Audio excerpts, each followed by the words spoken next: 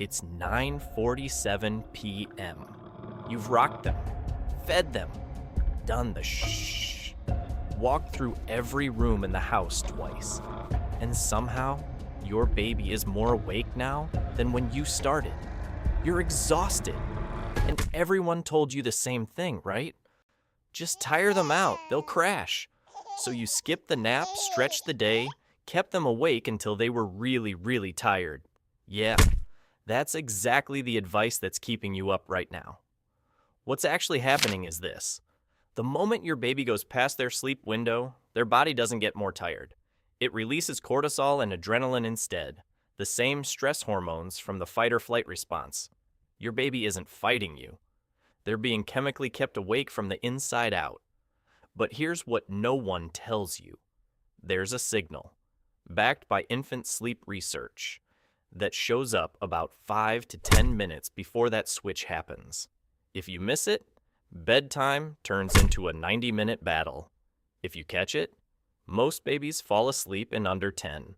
So in this video, I'm going to show you what that signal looks like, why it works, and the simple 3-step routine that turns this into the fastest bedtime of your life. The fixed stare, that's the signal. It's not yawning, it's not crying, it's not rubbing their eyes. By the time you see those, you've already missed the moment. It's that second when your baby simply stares at something. It could be the ceiling light, the pattern on the couch, nothing specific. Their eyes stop scanning the room. Their eyelids get slightly heavier. Their whole body starts slowing down on the inside before it slows down on the outside. This lasts anywhere from 30 seconds to 2 minutes. And that moment, that window, is when your baby's brain is producing melatonin and asking for sleep. If you catch that window, they fall asleep in minutes. Miss it? Cortisol kicks in, and you enter that struggle you know all too well. Now let me explain why this works, and how to use it tonight. To understand why this tiny signal matters so much, you need to understand something almost no baby book explains well. Your child's brain doesn't decide to sleep. It follows a chemical clock.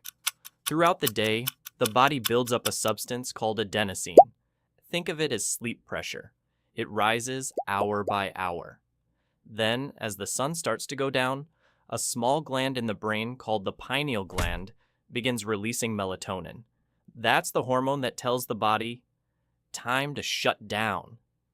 When those two things happen at the same time, high adenosine and rising melatonin, the brain enters a state sleep researchers call the sleep gate. And the fixed stare? That's exactly what this gate looks like from the outside.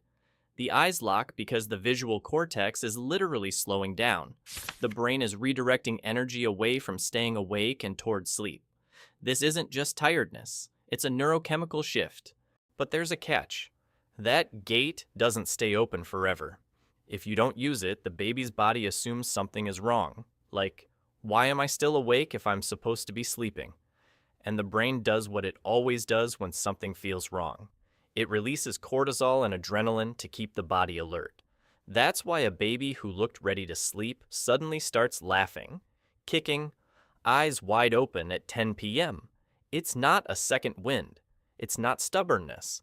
It's the stress system compensating for a missed sleep window. And when cortisol rises, it takes 40 to 60 minutes to come back down. That's the cost nobody told you about. Every missed window can cost you nearly an hour. That's exactly why wearing the baby out goes so wrong. You're not helping them sleep. You're pushing them into a hormonal storm and then trying to get them to sleep on top of it. You're fighting biology that already won before you even started. The good news is the opposite is also true. If you act inside that sleep gate, your baby wants to sleep. You're not convincing them of anything. You're just not getting in the way. And that's exactly what this 3-step routine is designed to do. All right, the part you came for. The 3 steps. It starts 30 minutes before the time you want your baby asleep and ends the moment they fall asleep. You don't need to buy anything. No app, no product, just attention. Step 1. Reduce stimulation. 30 minutes before bedtime, do something that seems almost too simple but changes everything. Shrink the environment. Main lights off. Leave only a dim, warm light if possible. A lamp, wall light, or a soft yellow bulb.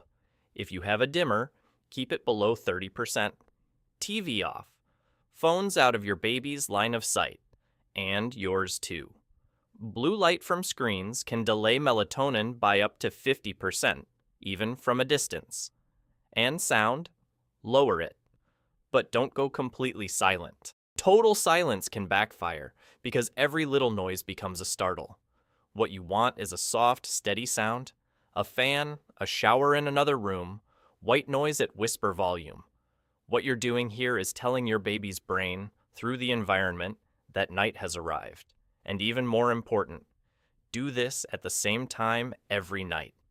A baby's brain learns from the environment much faster than from words.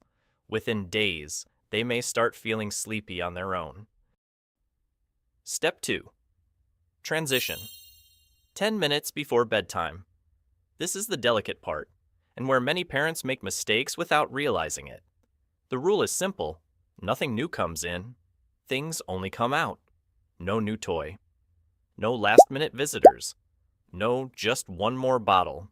No unnecessary outfit change. You're reducing, not adding. Pick up your baby, sit in the same spot if possible, and lower the tone of your voice. If you talk or sing, do it slower and softer. Your baby reads your calm as a sign of safety. Many parents do the opposite here. Upbeat music, stronger rocking, walking all over the house. That distracts, but you don't want distraction. You want deceleration. And during those 10 minutes, watch your baby's face, because this is where the signal shows up. The fixed stare. It might come at minute 3, 7, or 9, but it comes. When it does, move to step 3. Step 3, the final transition. The smallest step, the most important one. It takes seconds. When the fixed stare appears, you have 2 options. Neither one is rock harder. Option A, if your baby already sleeps in the crib, stand up slowly, hold them close to your chest, and place them in the crib while they're still awake, still in that fixed stare state. This teaches the brain to complete the falling asleep process on its own. Option B, if they still sleep in your arms, at the breast, or elsewhere, don't try to transfer them. Just stop moving, stop rocking, breathe, let them fall asleep right there. Both work.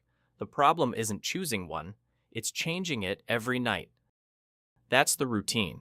30 minutes reducing stimulation, 10 minutes of transition, and acting at the right moment. It's simple because it really is simple. The hard part isn't doing more. It's stopping yourself from interfering. Your baby already knows how to sleep. Your job isn't to teach them, it's not to interrupt. Look, if you made it this far, it's probably already 10 or 11 p.m. where you are. Close this video, go to your baby's room, and test this tonight. Not tomorrow, tonight. Because the difference between parents getting 7 hours of uninterrupted sleep and parents stuck in this struggle for months isn't luck. It isn't genetics. It isn't what kind of baby they have. It's knowing when that gate opens and being there when it does. If it works tonight, come back tomorrow and tell me how long it took your baby to fall asleep. I read every comment. And honestly, that's what keeps me making these videos. Good night. Literally.